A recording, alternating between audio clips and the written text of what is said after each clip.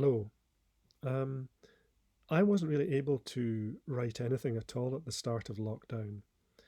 Like many people, I think I experienced that period as one of privation. Um, like everybody else, I was deprived of many of the things that make life worth living: family, friends, going to the cinema, going to the theatre, going to a concert, just everything that makes life worth living. Um, and I suppose I was reduced to a kind of intellectual and emotional impotence. It wasn't until a little bit later that I began to understand that this lockdown time that we've been through is actually a space that has its own flavour and is worth exploring in language.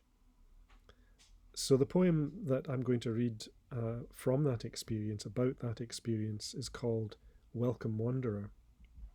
And that is a little phrase that comes from Shakespeare's A Midsummer Night's Dream, which is a play that's always been important to me.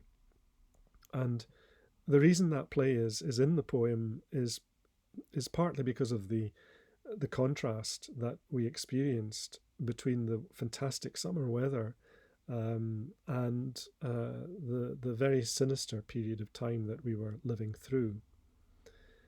So there's a reminiscence of that fabulous monologue spoken by Oberon, I know a bank where the wild thyme blows. So here is Welcome Wanderer. I know a bench that the sun strikes at precisely 10 a.m. At 10:02, I take my coffee to the garden and sit for 15 minutes. These are my minutes, no one else's.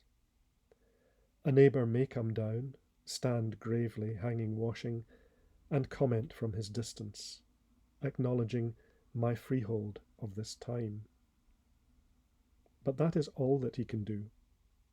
By 10:18 I am back inside, and the garden fills to the sounds of a little girl chattering to her dad.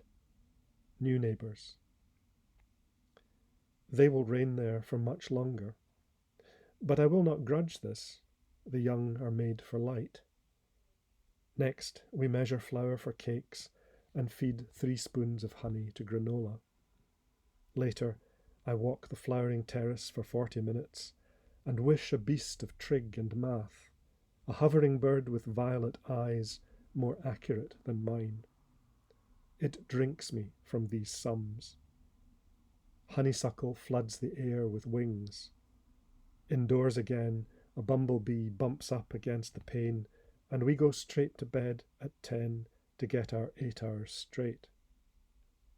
We dream the same dreams every night, dreams the same as days like these, although there are no numbers, just the immeasurable space of avenues empty of cars and buses, people, hummingbirds.